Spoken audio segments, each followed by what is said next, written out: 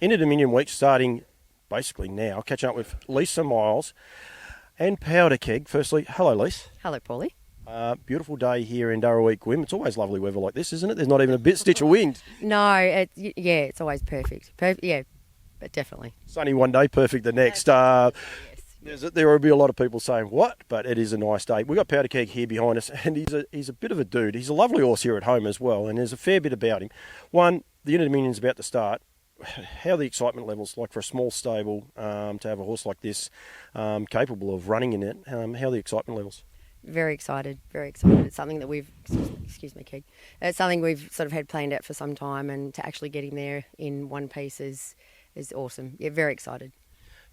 He's a funny trotter. He's a bit enigmatic. I think there'd be a lot of people out there who would like to hate him, but they can't, especially when you look at him. He'll be the best looking horse on the track. I shouldn't say that against everyone else, but he's just an athletic looking horse, and he has loads of ability. He has a few little quirks though too, doesn't he? Absolutely. No, look, he is magnificent looking, really well bred, and that shows for sure. He does have his little quirks. He's very rowdy. He'll walk into the shed and everybody knows that he's arrived and that sort of thing, but that's never changed, and his manners are getting better. Yeah, so if he can take his best manners to the races, especially tomorrow night, I'll be more than happy. How do you go about with a horse like him? Because I imagine there's a fair bit of management going on leading into 3 heats in 1 day, in 1 week. Sorry, 1 day would be a bit different. But Ballarat, then to Shep, then back to Geelong. 3 different tracks, 3 very different tracks as far as layout goes as well. How do you go about, I suppose, managing this week leading into the Inter? Well, the beauty about it, I suppose, is he's fit as a fiddle, and we can't get him any fitter. He doesn't need to train hard and fast at home. He knows how to do that, and he knows how to race like that. So it's just a matter of making sure he's healthy and happy, and all the boxes are ticked, and, legs are fine, shoes are fine, all that sort of stuff, So you're going to get a set of teeth marks in your arm in a second. But besides that, look, as long as he's happy and healthy going into the heats, that's all we can ask for. Bit of management with him. You always sort of have to have someone with him, or no other horses nearby. That'd take a little bit of planning. But I know you've got a group of friends / workers / people that have always been around. You enjoy helping with him. Absolutely. At the races, thank you, Keg. At the races, as I said, he can be very rowdy and takes a complete dislike to other horses anywhere near him. So if for some reason I'm not there, I try to make sure that someone else is looking out for him. But I've got so many friends at the races now, I think they all know him and they know to sort of intervene if he's getting a little bit out of control. We set this up, and I thought it'd be nice if he stood behind us. He doesn't want to stand behind us. He actually wants to be a part of it, and he's looking keen to it. The 3 heats in 1 week, will they worry him? Not at all. I think that'll benefit him more than perhaps a lot of them. He typically, the harder you race, the better he is. And getting him fit, the harder you work him, and leading into races, the better he is. So I don't think that the consistent racing or the long distances will harm him whatsoever. How do you take him even out of the side as a trainer? Middle distance Ballarat, short distance at Shepherd, and then to the longer distance, and then a longer again final. How do you think that's going to affect some of these trotters, especially going from this middle to the short and then trying to back up to the long at Geelong? Do you think it could fry a few? It could fire them up a little bit over the mile, that sort of thing. Look, you just sort of don't know. They're all mobiles, so I guess it's probably just the fittest and the toughest horse will be there at the finish. So hopefully we're in that mix. I've enjoyed this. This is quite funny because he's not only given me the heebie-jeebies, he's given it to you as well. Trust him never. He's a friendly little fella, isn't he? He is indeed. He's ODM. Will he stay ODM through all the races? Oh, look, you can only hope.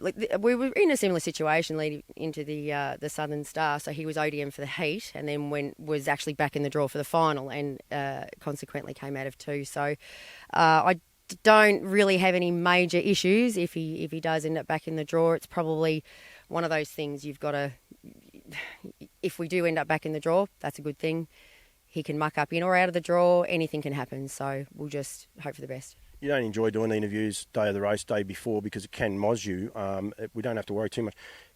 He's a unique character. You said moz you from the start. He's just a bit of a unique character, isn't he? Because sometimes he'll go away like a rocket from a front row draw, and other times he'll gallop. There's no real rhyme or reason as to what you can put a handle on as to what he's going to do on the day. Never. I had no preconceived issues about his last start the start before last actually at Melton. It was a really wet, rainy, horrible night. No preconceived issues. Just thought he'd go away being drawing 6 or sort of outside sort of the front line. And no, of course he did, just to throw a cat amongst the pigeons. But he can do it as good or as bad as anybody.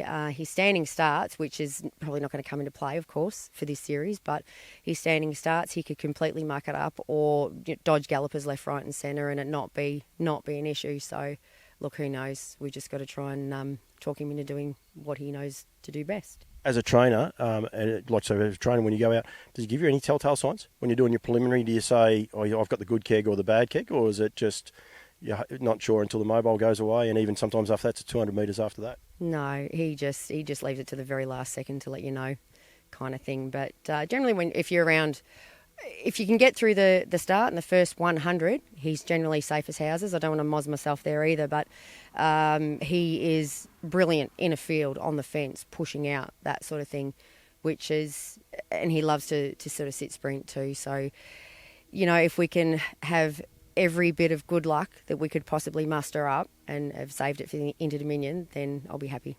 Now, we were going to do this interview and we were going to do something else on, I think it was Wednesday morning. His last hit out didn't happen due to a few reasons. If he makes the final, am I able to come back and we'll do a track work as to how you go about him? Because I know, seeing him here, it's a little bit different. It might be a bit of an eye-opener for people to watch. I don't know about eye-opener, Paulie. It might be, you might have to edit. If you've got a microphone on me, there might be an amount of swearing, which generally comes into play when I work him. But look, he's a ripper. I generally work him by himself at home because of the way he is. Some days he'll go out there and pull like a train.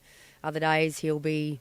the next best old horse that you've got. So, yeah, it's a mixed bag. So, do I take that answer as yes? Oh, we'll say yes. Why not? Thank you very much. Good luck, Lise. I reckon it's great.